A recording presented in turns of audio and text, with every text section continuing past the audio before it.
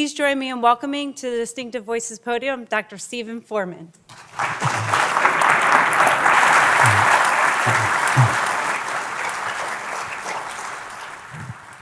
Well, thank you very much. Thank you for the invitation. It's a pleasure to be here tonight, and thank all of you for coming out to listen to this.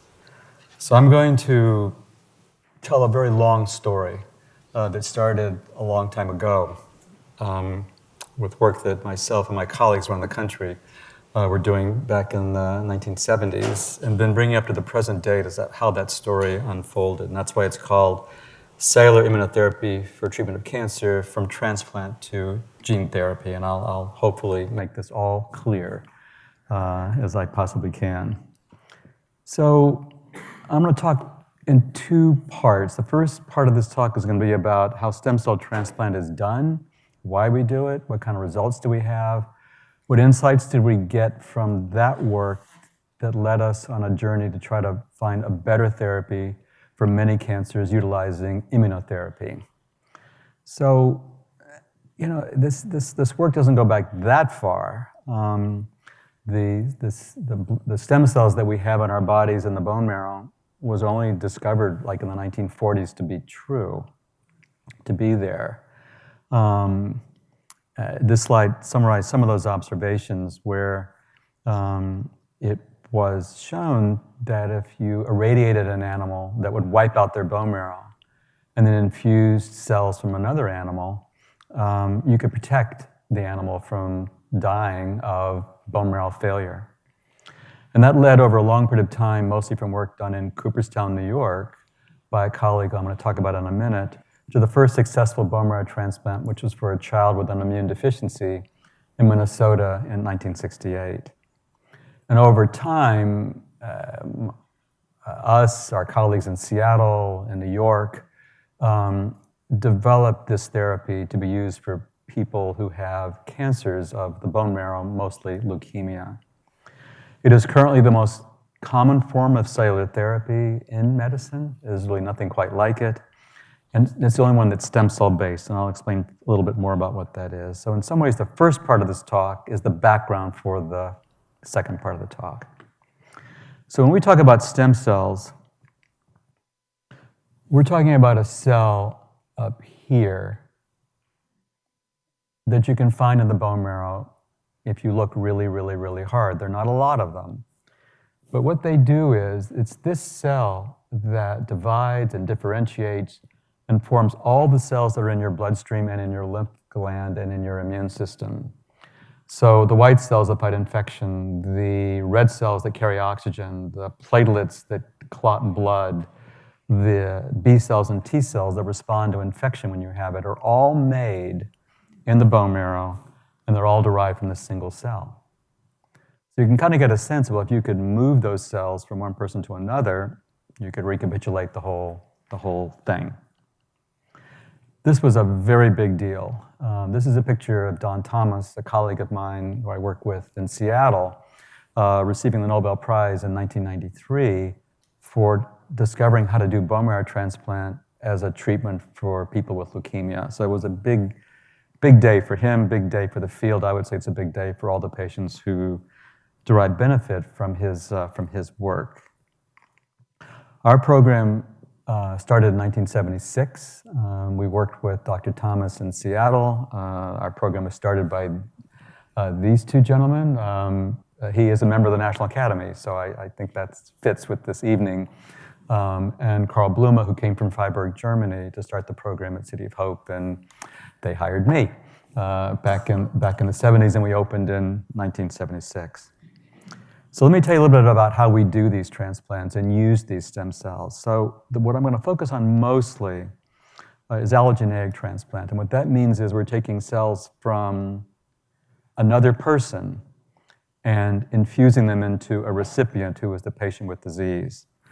Autologous means when we take your own cells out, sometimes put them in the freezer, thaw them and put them back when we need them. Sometimes we genetically modify them, and if there's time, I'll talk about what we're doing with those cells as it relates to HIV infection towards the end of this talk. But what we do is we identify a donor, which I'll go over in a minute, and we give the person with leukemia Very, very intensive therapy, radiation, chemotherapy, doses that we can't ordinarily give in the clinic, because the consequences of utilizing that intensive therapy is to wipe out the bone marrow. The people who were exposed to radiation in Chernobyl died of bone marrow failure. It wiped their bone marrows out and we couldn't rescue them because there was no donors identified that we could take cells from and put back into those people. So in some ways, some patients have told me that what we do with them is we get them a very controlled Chernobyl experience, which is not the nicest way to say what we do, but I think it gives you a very strong sense of what the patient goes through.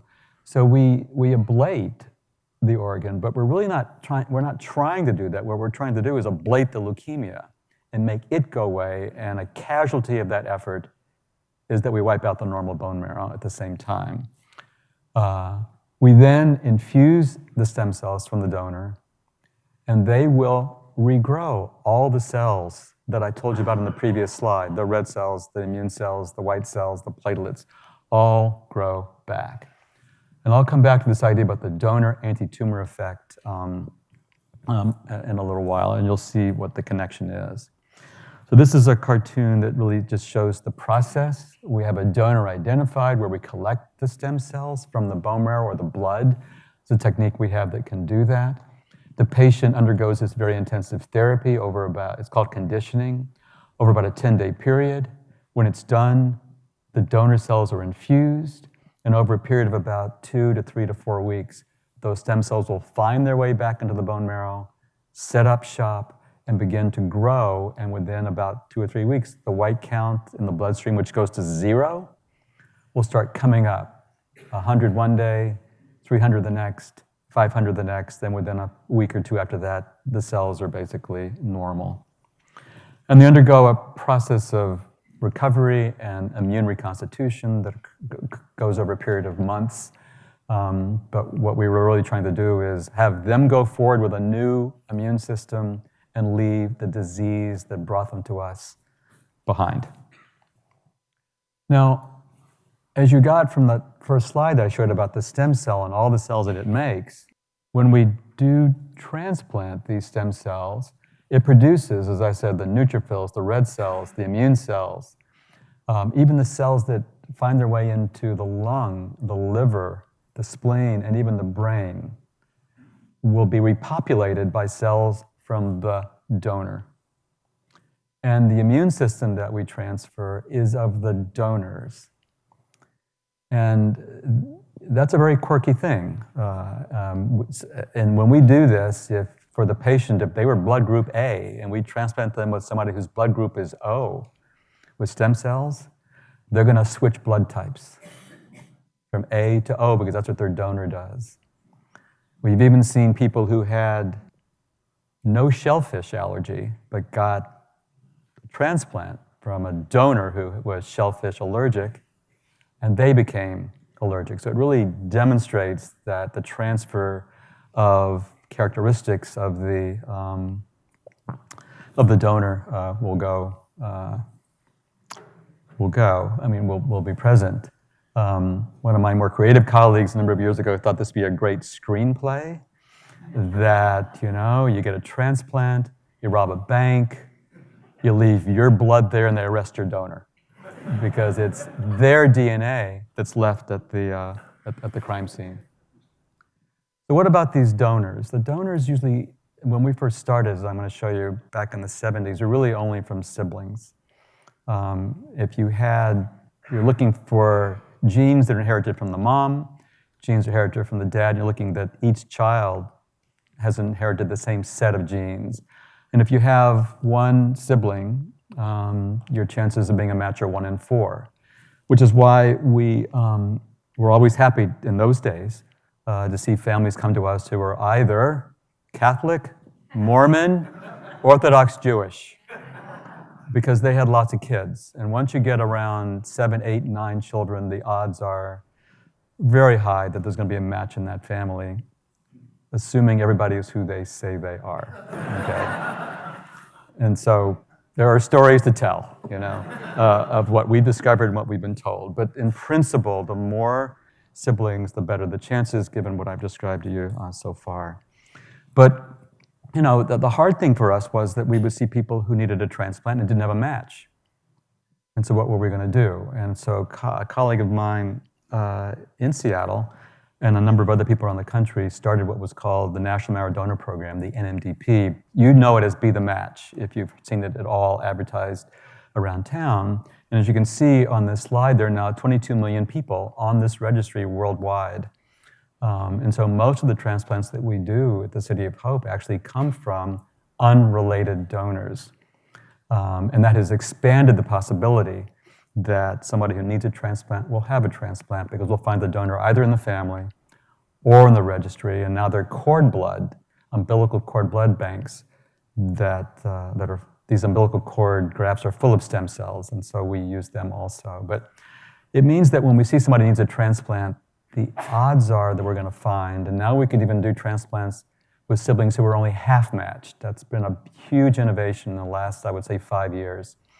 So very new, and I think that's what also speaks to the issue of why we can generally do it for most people these days. So in 1977, when this whole effort started, or really got started, there were only 2 diagnoses that we transplanted, aplastic anemia and acute leukemia, and was only bone marrow from siblings.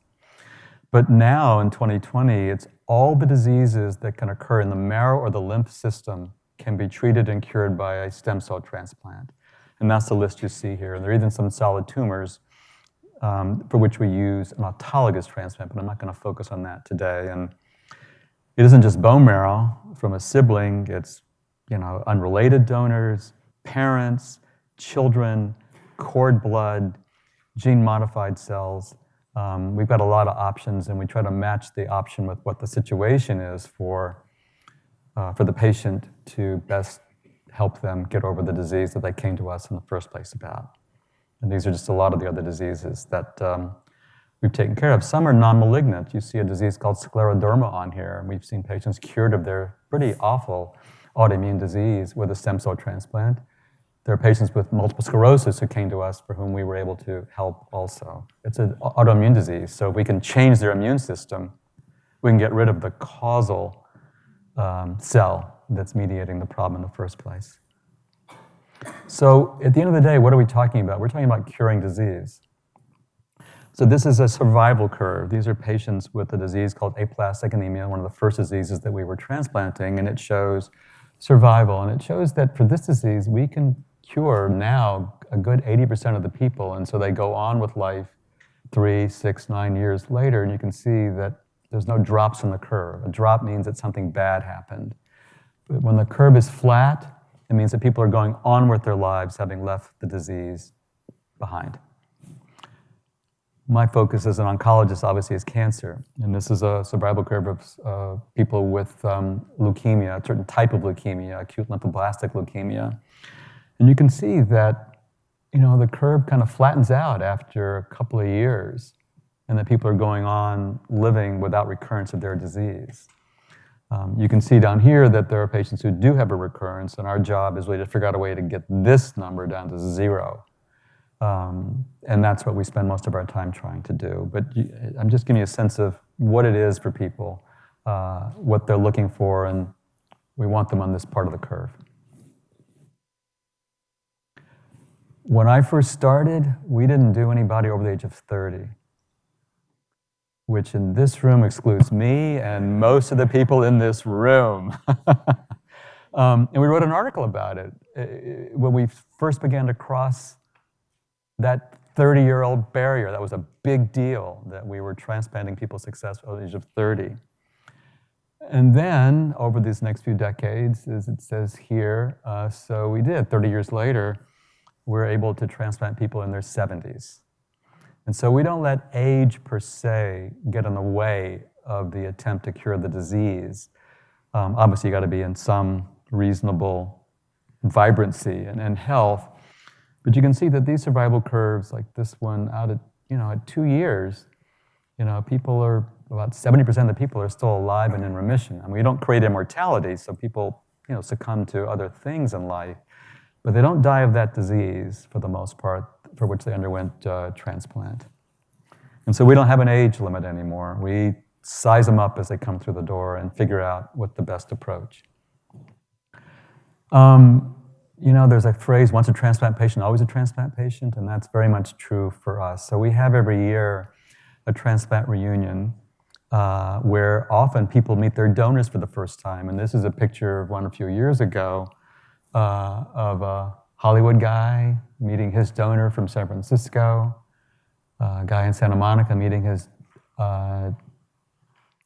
his donor from Israel, and a young kid who was adopted by a family meeting his donor who came from Kenya.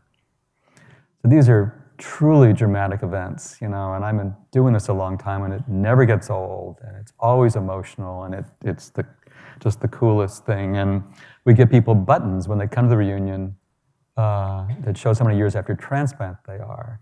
And the interesting thing, we didn't see this until it was right in front of us.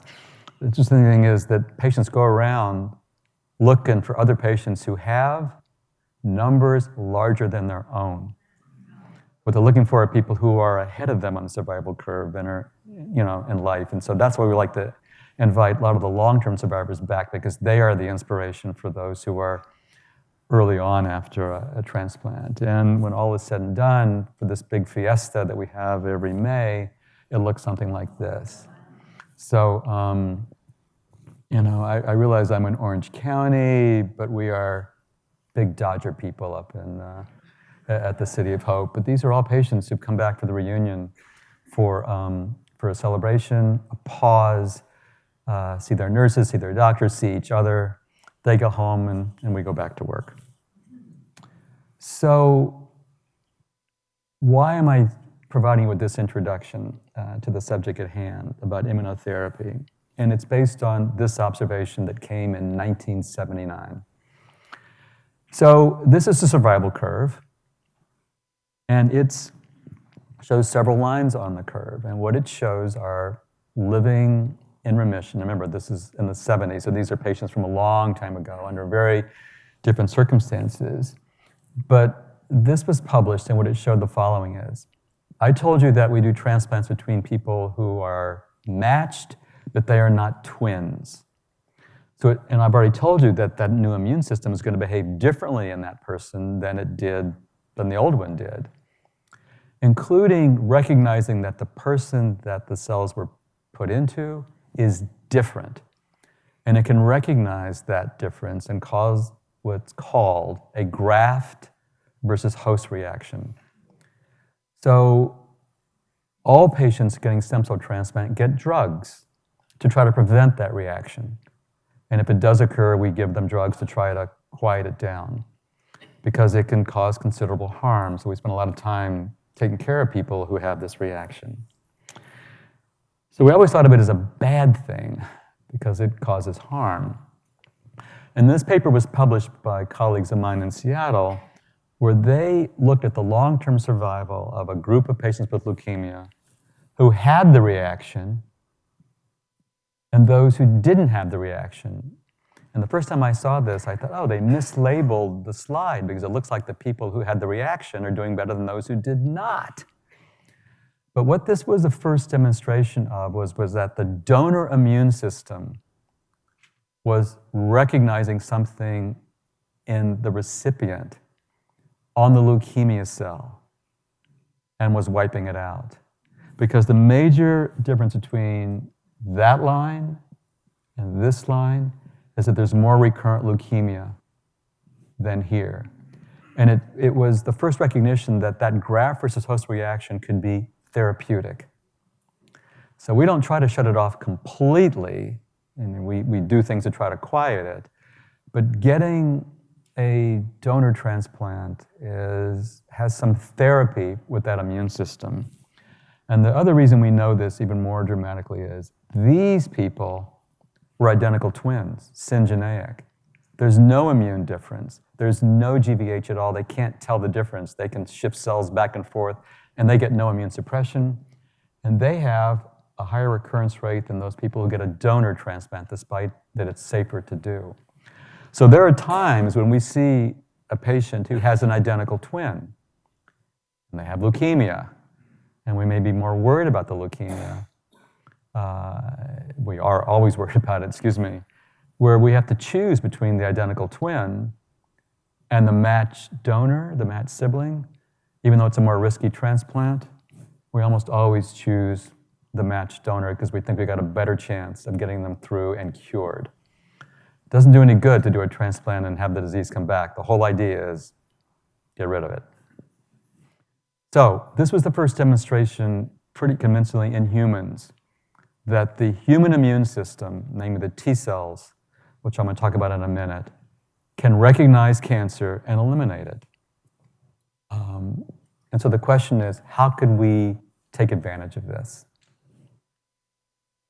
What's mediating this are T cells. I mean, your immune system is divided up into the B cells that make antibody and T cells that react to viruses and infection. When you get your flu vaccine, you're basically activating both arms, but mainly the T cells, to be ready if they see that virus again to react against it. And the T cells can be, we have all types. These are T cells that have never been educated. They've not seen anything yet. They're waiting to learn. Then you have memory cells that have already been instructed how to react. So for instance, when you get the flu vaccine and it induces immunity, if you see that virus, your body's already primed to react to it and you won't get sick. Or if you do get sick, it'll be a milder form. And these cells hang around for life. You won't need to be vaccinated again unless other things happen to you. So you've got, given who we are as a group, we've got a lot of immunologic memory in our bloodstream of all the things we've ever seen in our life that we've confronted, reacted to, and are there ready to see it again. Sometimes that immunity wanes, which is why we all should be getting our shingles vaccines, because we're trying to boost the immunity that may have waned to prevent us from getting shingles. So these are T cells. I'm going to get past this. So it leads now to the second part of this talk about cancer immunotherapy. And what I'm talking about is how to empower T cells to eradicate cancer. You hear about cancer vaccines. That's still in its infancy, I would say, trying to find the vaccine that will do for you for cancer what it does for you for the flu. You've read a lot about what are called maybe immune checkpoint inhibitors. When you get a vaccination or you get sick, part of what makes you sick is your immune system is trying to get rid of the infection and you feel like hell. And you probably wonder, well, why does that stop? And it stops because the immune system, once it has kind of taken care of it, there are cells that say, okay, you've done your job, let's quiet things down and let this person feel better. Immune checkpoint inhibitors take that break away. And what we're trying to do is take the break away so that the immune system can recognize cancer. And the best known cancer for which that works right now is melanoma. Jimmy Carter is a beneficiary of that. He is alive today because of checkpoint inhibitors that allowed his immune system to react against his melanoma. The third part of this are T cell therapy. And what I'm going to talk about now, and what the introduction Jennifer talked about, is, well, how do we take your T cells and rather than having them react to the flu, how do we re-engineer them to react against your cancer? And that's what the last 10, 15 years of our lives have been about in the laboratory. So what are we talking about? We're talking about introducing new genes into your T cells that reprogram it not to recognize the flu or shingles or whatever infection there might be, but to recognize something on the cancer that that person has. And the way we do it is that we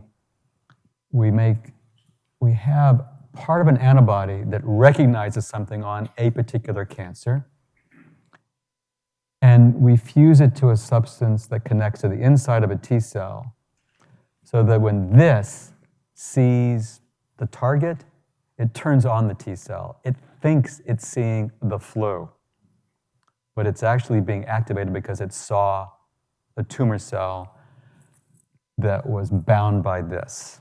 So I'll show you. So at the top are T cells that hanging around a bunch of brain tumor cells. That's what these elongated things are, and these little dots that you can barely see are T cells. Nothing's happening, the tumor's growing.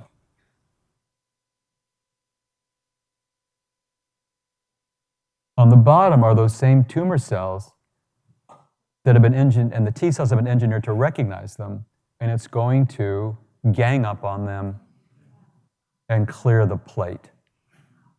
All right. That is what we want to happen inside a patient. We want to engineer the immune system so that the cell, when it sees that tumor cell, reacts to it as if it's seeing a cell infected with the flu virus. Only it's not the flu it's reacting to, it's something on the tumor cell. So what do? When a patient needs the types of therapy that we're attempting to develop, they will come to us, we will collect their T cells. Here, we will take them to the laboratory and we will activate them, get them dividing. And then we will take a virus. Actually, it's a variant of the AIDS virus that's been, disabled. But what it does is it contains a gene that will put this recognition moiety or this substance in the T cell. So if the T cell sees this thing, it will react and react against the cancer as it did before. Once we've done this, we then take it to a laboratory upstairs and we grow them into gigantic numbers, 1 billion cells. And then once we've grown them up over a few weeks, we put them back into the patient. And what we want is those cells to now go find the cancer that's causing the trouble in the first place. So what happens then is once we collect the cells here, we apheresis. It takes a few weeks to do this. We then bring them into the hospital and give them some chemotherapy to kind of make room for these cells to get where they're supposed to go. We infuse the cells, and then hopefully within a month, they're in remission. That's the holy grail for what we do. Now, that's the laboratory part. The patient experience, however, can be pretty daunting. You might think, well, why, if it's like the flu, why are you putting them in the hospital? And the reason is when you bring somebody in who has a lot of cancer in their body for what we do, and you put these cells in, there's a lot of activity. The cells are running all over the place looking for the cancer cell, kill it, kill it, kill it, kill it. What you saw on that plate is going on inside that body, and it makes a lot of things happen. It causes headache, it causes liver problems, it messes up the blood counts, it makes the heart beat fast. People can be really, really sick, and we have a team that's just trained to take care of people who are undergoing this. This is called a cytokine release syndrome, and it can go on for a while. It's I don't mean to frighten you, it frightens us, until that quiets down, just like the flu goes away. And it usually takes a couple of weeks, which is while they're in the hospital, and why we have teams of nurses and physicians who take care of these people to get them through this phase until this whole thing kind of quiets down. All right, let me show you some examples of how this works in real. So I said that we take a little antibody fragment that will recognize something on a cancer cell. The first one that we did was something called CD19. It's an antigen that's found on lymphoma and is found on certain types of leukemia. And that's what this shows. On a disease called B-cell ALL, or large cell lymphoma, or CLL. What they have in common is they all express that. So we figured, well, why don't we make CAR T cells that recognize CD19, and we can treat leukemia, we can treat lymphoma. It's an economy of scale, if you will, with the viruses that we make. And so this has been the poster child, and I'm going to show you what's done. So that process, I talked about putting a new gene inside the T cell so it'll recognize something on the cancer. In this setting, we're putting in a new gene that will help that T cell recognize CD19 wherever it might be in that person's body. So, a case. So this is a young woman who came to us with what's called refractory. It had relapsed multiple times, acute leukemia. She'd had chemo, a double cord transplant, chemo, a second transplant, a new drug, a new immune therapy, and still the disease was there. Right? So she shows up on our doorstep asking if we can help her. And this is really quite at the beginning of what we were doing in this area. So we collected her T cells, we took them to the lab, we added the virus, we got the virus inside their cells, grew up the cells, and gave them to her. And at the time we started, all this brown color here is a stain for leukemia in the bone marrow. And you can see the whole bone marrow is brown, which meant that the whole bone marrow is replaced by leukemia. And this is just, this blue here is just on another gadget, a way of assessing what percentage of the cells are leukemia. And this quadrant here should be empty. On the other hand, in this lady, it was full. So we did her chemo, like I told you about. We did her, infused her cells, and she got very sick, just like I said. This is her fever curve. In the first, you can see there was a big wave of fever, and then it went down, and then it came back. And so she required, this is an example of just how sick somebody could get. It's a sign of that. It's part of that cytokine release syndrome, and they require a lot of support. All right? So she got her chemo beforehand. We put 200 million cells in. And then at day 14, we did a marrow, and it wasn't brown. It wasn't brown afterwards. And at 28 days, there were no blasts, and all of the cells were normal looking, and she was in complete remission for the first time in her life. So people around the country who were doing this, and there were a lot of us, this is what we were trying to do. And the people we were seeing with leukemia were people who had run out of other options. And this was a very phase 1, early, who knows how it's going to work, how well it's going to work. And she went on and has done well. So around the country, and the biggest places that are doing this are in New York, Pennsylvania, the National Cancer Institute, the Seattle Cancer Center in Seattle, and at City of Hope. And our most recent trial, which is now 15 adults, the response rate has been 100%. I have not done any therapy in cancer for which the response rate was 100%. So I'm just glad I've been around long enough to have experienced this with people. And so we are in the process of trying to help more and more people with this and trying to figure out how to do it earlier to avoid some of these really dramatic settings. So this young lady, it's not our patient, this was the first patient treated with CAR T cells in the United States. This is Emily Whitehead. She's very famous. She's a friend of Barack Obama. She's a friend of, the coach of this team and that team. She's very well known because she, was deathly ill, had no other option, and our friends at Penn treated her with CAR T cells, and she nearly died in the experience, just from what I was describing to you. But she went into remission, and this is Emily as she's aged. This is now 7 years later. She's in high school, having had end-stage leukemia, and it just, you don't see that. End-stage cancer, there's divine intervention. That's almost what this looks like from time to time to us. And it shows she's just carrying a plate. You can see she's grown from this little girl into a young woman. But she's the inspiration for a lot of what we have done, her family, our patients, and it's the reason we're doing the work in this disease. And a lot of other kids got this therapy, and many of them, this is the survival curve I was showing you before, about 40% of them are alive and in remission a year out, which is a long time if you have relapsed leukemia. And a proportion of them, like Emily, appear to be cured with end-stage disease. And it led ultimately to the approval by the FDA of a cellular therapy, not a drug. Some people say this is a living drug. These are live cells that can do all this. And it's now approved for patients up to the age of 25 years because the first trials were done in children. And we're hoping that this will be the year that they approve it for adults with leukemia, because it is a disease that we see, and we'll be thrilled if that's the case because it'll allow us to do more and more. The problem, as you probably can tell, and there's a lot of, if you read the Wall Street Journal and the business page, the problem with this is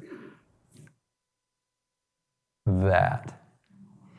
So there's a lot of things you got to do, a lot of pressure you got to bring to bear to get this paid for in any given patient, and we work on it, and we expect the price will come down.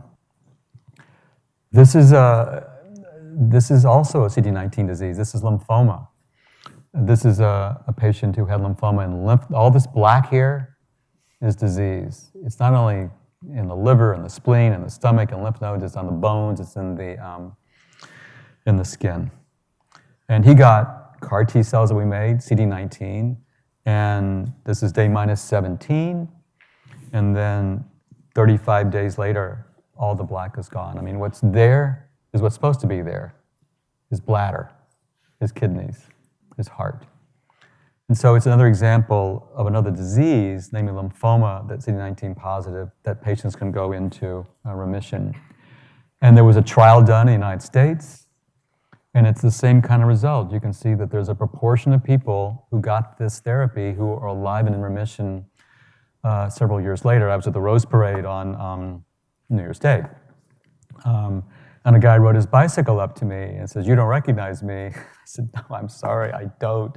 And he was somebody who had gotten CAR T cells for lymphoma at City of Hope 3 years before, and not a therapy afterwards. And so when it works, it's pretty magical. And he was an example of living, a normal life, which is what we want for anybody who comes to us for cancer care. All right, so that's CD19 disease, that's leukemia, that's lymphoma. They are the poster kids and adults for what we want to try to do. The challenge for us, and this got approved also for lymphoma, and it's not as expensive, but it's still pretty pricey. So leukemia and lymphoma of a certain type, CD19 positive, you can use CAR T cells for that. But the challenge is, what about the rest of cancer? One of the phrases I use when I talk to people is that our job at City of Hope and around laboratories around the country is to make this therapy not a one-trick pony, that it works for one disease or two diseases. What we want is a therapy that can work for many diseases. So our program is focused on how to extend what we saw in leukemia and lymphoma to other diseases and solid tumors. Breast cancer, brain cancer, prostate cancer, they are tougher nuts to crack for reasons that I'm going to explain to you in a minute, but that doesn't mean we shouldn't try, and I'll show you what we can do. So why not start with the easiest one? And I say this very facetiously. This is brain tumors. This is the disease for which the therapeutics have not changed a whole lot, and they've changed some since I've been in oncology. And so my partners, this is Christine Brown, who's my research partner for the last 15 years, and Benham Badi, who is chief of our neurosurgery department. I worked with him for the last 15 years in an effort to try to bring CAR T cell therapy to people who have brain tumors, because their options are crummy. And it's what you know. This is a mass. You can see how fast it can grow in a person's brain. And it's not as if it spreads throughout the body. That's the really pissy thing about this. We tend to think of cancer as something that can spread around the body, and that's what makes people sick and make them die. This is a disease that stays confined to one place, but because of where that place is what makes it so crummy. So, it's invasive, it induces injury. I like, when I talk about it, I think we think of the brain as who we are. The nature of personality, the seat of the soul in there. And when there's a brain tumor there, it robs a person even more than other types of cancer of who they are. And you can see the survival has not changed a whole lot, although there's clearly odd cases. So in looking at brain tumors, we identified that they express this IL-13 receptor alpha 2. It doesn't matter what it is, but it's expressed on brain tumors. So we figured, well, we made a CAR against CD19. Why don't we make a CAR against IL-13 receptor alpha 2, which is what we did. Okay? And so this is that same construct, except it's not CD19, it's IL-13 receptor that we're teaching the T cell to respond to. So when it sees it, it proliferates and grows. Now, one of the differences I want to just alert you to, because I'm going to show this to you in a minute, we tend to give all these cells for leukemia lymphoma in the vein, and the cells will go find the disease. We did a lot of experiments over a lot of period of time in brain tumors and came to the conclusion that rather than putting it in the bloodstream and having the cells try to find their way into the brain, why don't we just put the cells directly into the brain? Which was a big deal at the time we did it. If you don't think we were nervous as hell in general, that was a day that we really did. So we did experiments to show that it would work, and then we proposed to the FDA that we do this in people. And so that's the construct, that's the CAR. And we showed in animal experiments that if we gave our CAR T cells directly into the brain, we could cure the mice. And if we did it in the bloodstream, we didn't cure them. So it sort of supported the idea, like, try it and see what happens. It seemed safe to do. And so we had a protocol. We have a protocol. We have multiple protocols now for people with brain tumor where we inject the cells directly into the spinal fluid in the ventricle of the brain that circulates around the brain, percolates through, and takes our cells throughout the brain. And we do this 3 to 6 times until we run out of cells, and then see what happens. Now, brain tumors are not leukemia. They are much harder to get rid of with this type of stuff, and I'm going to show you why. But I'm going to show you a case, like I showed you with leukemia lymphoma, that keeps us in this game. I don't mean it's a game, but I think you know what I mean when I say that. That doesn't daunt us. So this is a surgeon, actually, a pediatric urologist from Seattle that came to us with recurrent GBM, glioblastoma multiforme. And this is where his tumors were. They were right there, and right there, and right there. And so we injected these CAR T cells into the ventricle, right in front of us. And about a month later, we repeated the scan, and this area, which is tumor, if you go over here, is gone. And this thing that's stuck behind his spinal cord is gone. And this area here is also gone. Now, that was our first experience of seeing a brain tumor disappear with CAR T cells. The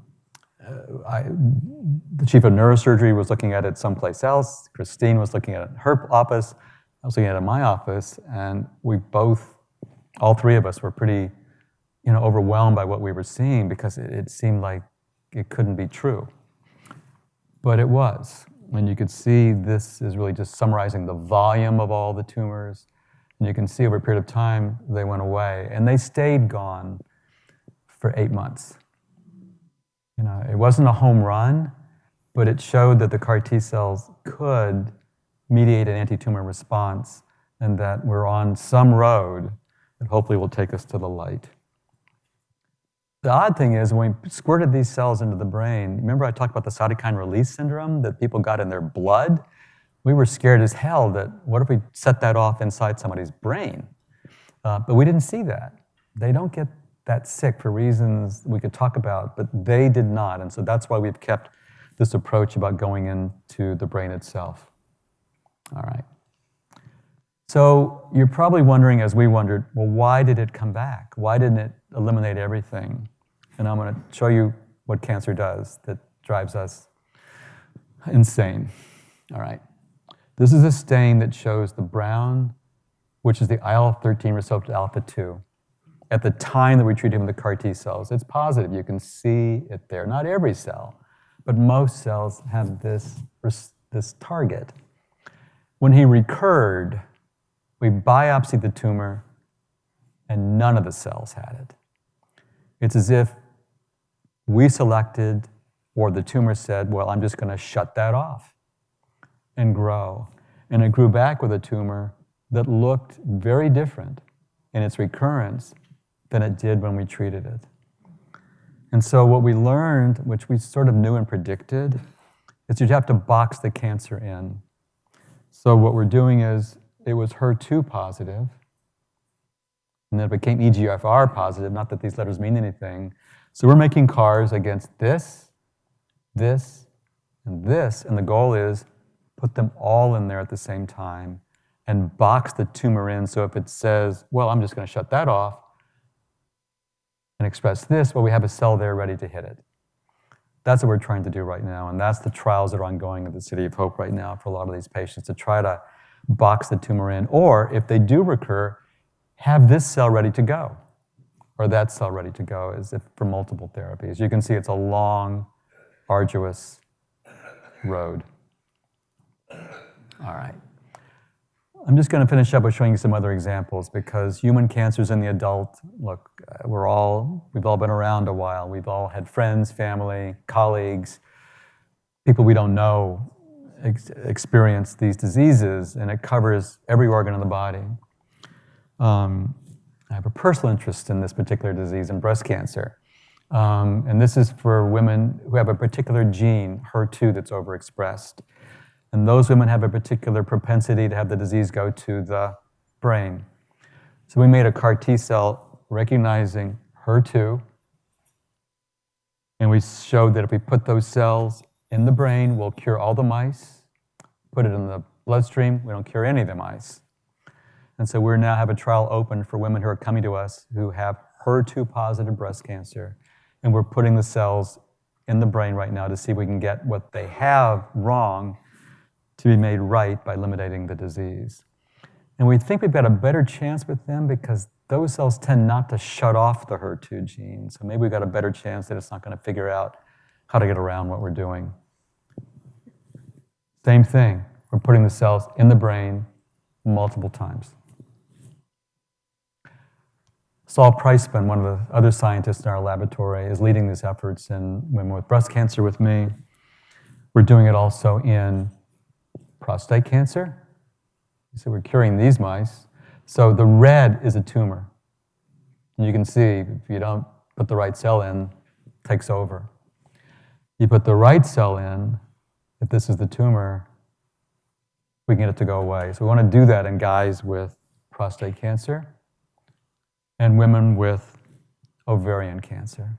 So really trying, as I said, make it more than just a CD19 therapy, but a therapy that could be used effectively for people with other types of cancers. And at our program, I think you can see we're focused on all the blood cancers. And we have CAR T cells for lymphoma and ALL, AML, myeloma, CLL. And now we're working on glioblastoma, breast, prostate, ovarian, pancreas clearly is a biggie. We have a trial for liver cancer, which is pretty remarkable. And then non-cancer, I'm not going to talk about that tonight, but we have this project using CAR T cells to get rid of the HIV virus, which is a whole other story. So what does the future look like? Well, the future, I hope, looks like CAR T cells for multiple diseases. But one of the things that we struggle with in the leukemia patients in particular, I told you it took a month, basically, to collect the cells, grow them up, make them to big enough numbers and put them in. We have a patient with relapsed leukemia sitting there. We have to keep them somehow together. And that doesn't always work. Sometimes the disease overwhelms them and takes them from us before we even have a chance.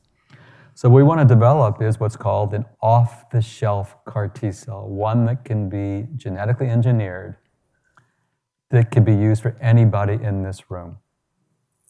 And that's a big project that's going on in multiple places around the country to be able to do. So we could go to our, quote, pharmacy and take the cell out and infuse it into the patient without having to wait for 3 or 4 weeks to make it. And we're working with ourselves and with companies to make that happen. So it's a shorter delivery time, off the shelf. And it's done by engineering. And there was a lecture here because I saw the title. earlier this year about CRISPR and how to use CRISPR to take out genes and put in genes. That's exactly what we're doing. Utilizing CRISPR and its relatives to genetically engineer the T cell to be something that will go into anybody. And that's what we're doing. And the last slide to show you to finish up this evening is really, I've been blessed since I started in this back in the 70s. But this is our current lab group. They wanted to wear sunglasses because they say we are the coolest program at the City of Hope. And we are. Between transplant and immunotherapy, it's a lot of scientists and nurses, clinicians, data managers. It's a whole lot of people. Even my boss, Dr. Mike Caligieri, who is an immunologist, we consider him part of this program also to help bring cancer immunotherapy as the fourth arm between surgery, chemotherapy, radiation, and if we have our dreams realized, immunotherapy will be the first thing people get for the cancers they have. So thank you for coming out tonight to listen to this.